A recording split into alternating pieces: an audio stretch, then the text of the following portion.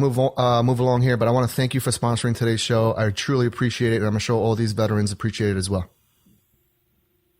Yes, sir. And I just want to say we appreciate all that the veterans are doing, and we thank you all for having us. We greatly appreciate it. Thank you very much. All right. You have a good one.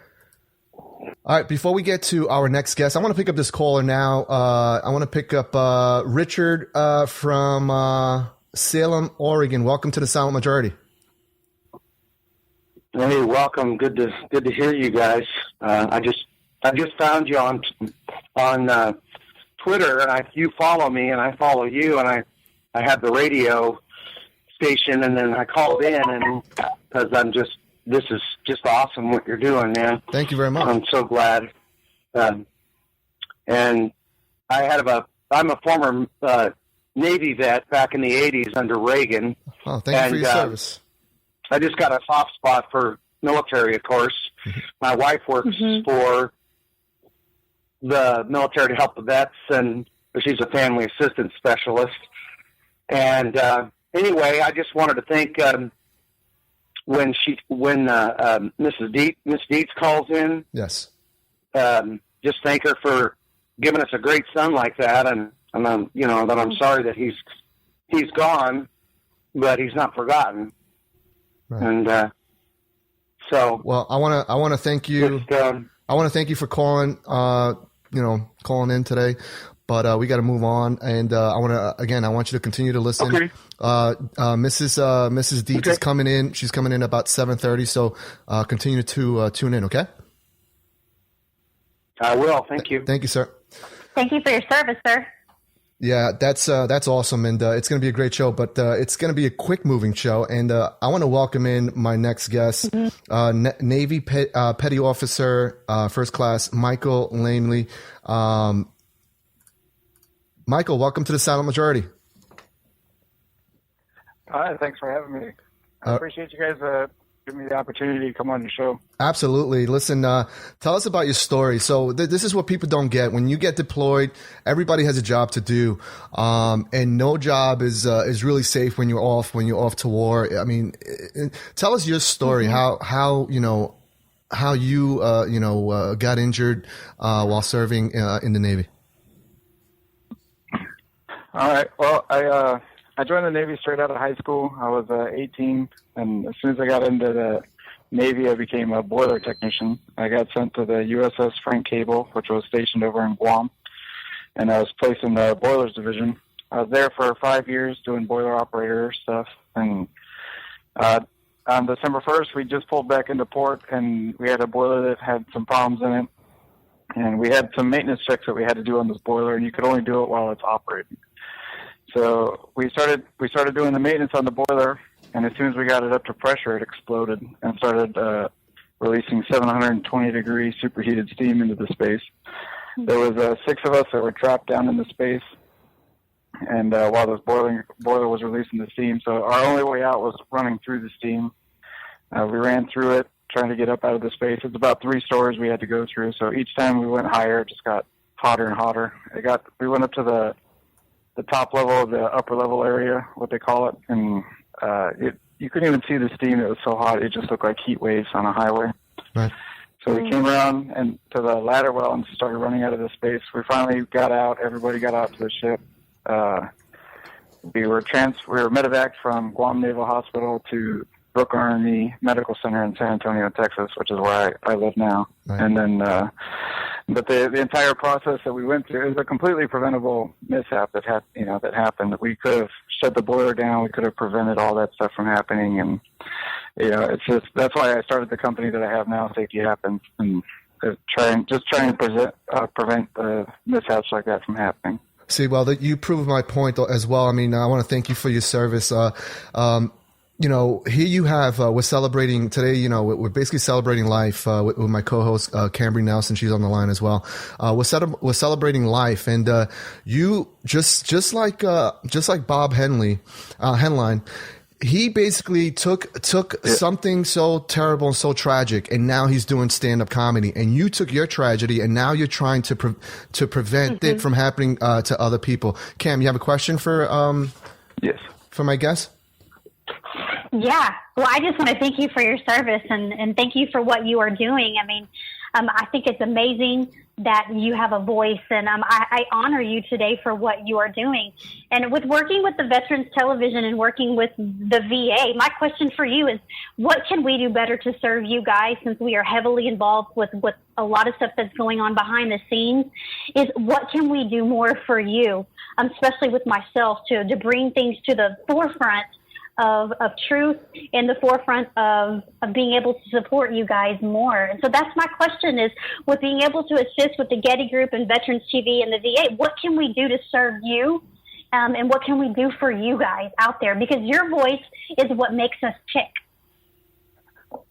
Yeah, so I mean, just what you guys are doing now is great. I think just you're spreading the awareness and stuff like that.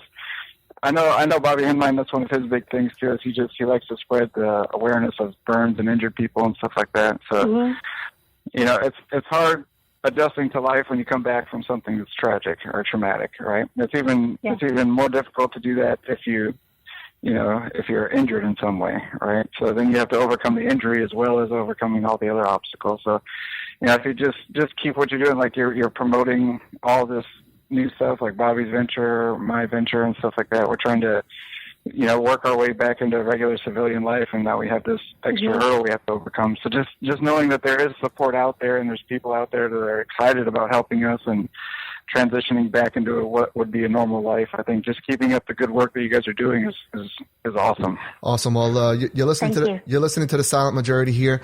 I'm your host, Chris, and my co-host for the day is Kambree Nelson. And on the Rebooting Liberty Hotline, I have Michael Lamley, who suffered burns. Navy petty officer Michael Lamley, who suffered burns. What percentage of your body did you suffer burns? I was burned 55% of my body, third-degree burns, and then the other 45% was used for skin grafting and stuff like that. So I had 98% of my body was affected by this. The only part that wasn't affected was the top of my right foot and the bottom of my feet. Other than that, every part of skin on me got touched. Yeah, I shared a video earlier today of your transformation, and it's amazing what they were able to do. I mean, from you know, how you look at the beginning, they did an amazing job. Let me tell you. Yeah, those are there's tons of organizations out there that help wounded warriors. The one that helped me the most was Operation Mend. They're the ones that did all the surgeries the reconstructive surgeries on my face and stuff like that. So. It's a super awesome organization. That's wonderful. And as I mentioned earlier in the opening, you know, we're celebrating life here through Bobby Henline. We're celebrating every you know, all our military warriors, you know, our men and women who serve, who have gotten injured, and those who have passed along, but still live in our hearts and minds. Tell us about the work that you and Bobby Henline have done together.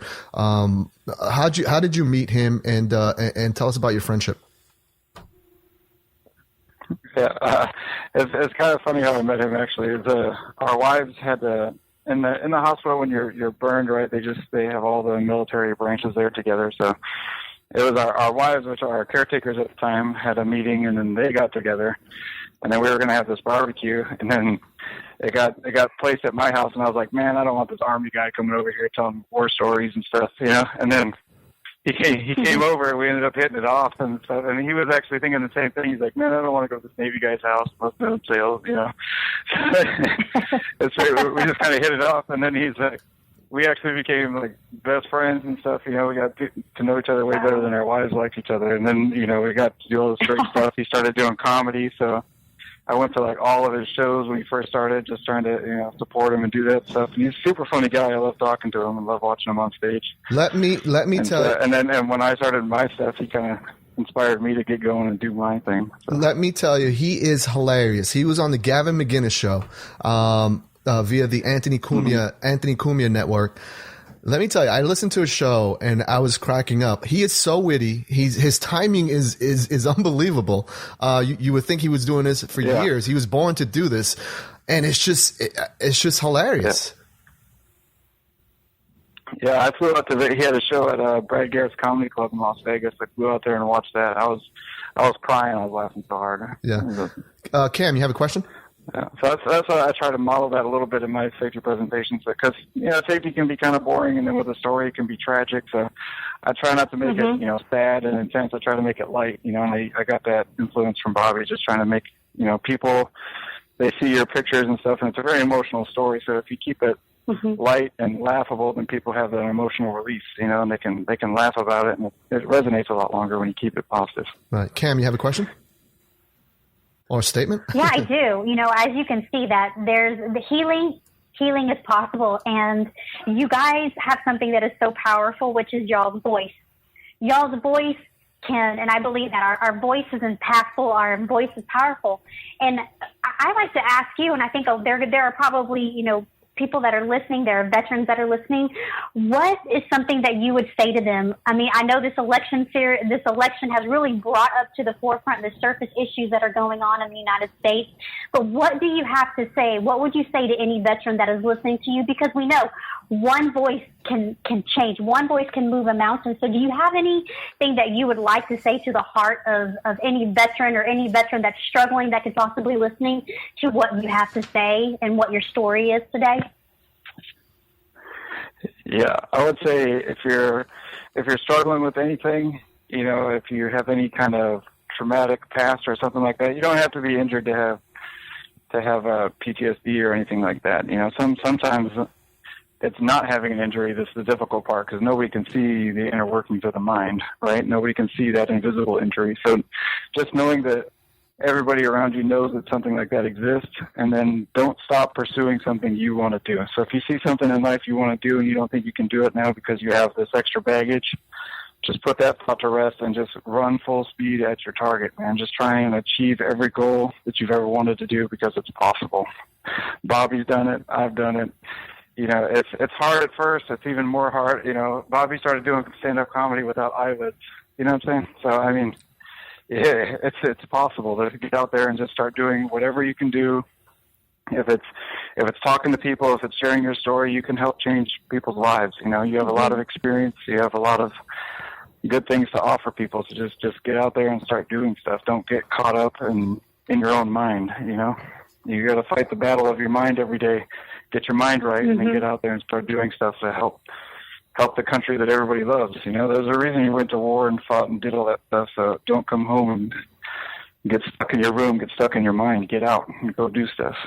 And you say, do you by any chance have any? Do you have any organizations that you work with? We know that sometimes it's difficult with the VA process to vet individuals in a timely manner. Do you have any organization that you can throw out there that that if somebody needs help at this moment, that they can pick up the phone and call or go to a website? Yeah, my favorite organization would have to be for VA stuff would have to be Wounded Warrior Project. I know they've had some bad rap in the news lately, but when you call their people inside the organization and you get registered and become the alumni and stuff like that, the turnaround time is amazing.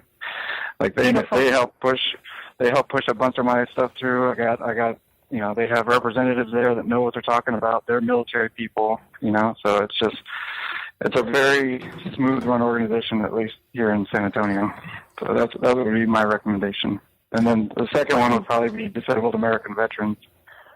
If you can get to a DAV, they're really good with helping stuff with VA claims and stuff like that as well.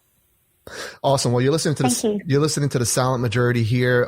Today's a special show. We're celebrating life, the life of our warriors, our brave men and women who go to fight for our freedom and our country here.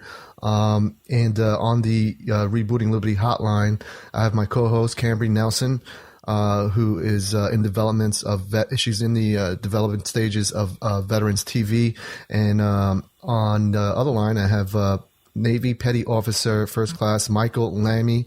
Michael, in closing, do you want to what kind of because I know Bobby is trying to raise money to make one of his dreams come true, which is to open up a restaurant. And we've been pushing that out through the GoFundMe. If you guys want to go donate and help Bobby, you can go to my Twitter account at The Patriot 143, and it's pinned to the top. It's my pinned tweet. If you want, you can go there, click on the link, and donate whatever you can. Is there anything that we can help you with in trying to raise funds for any of your charities?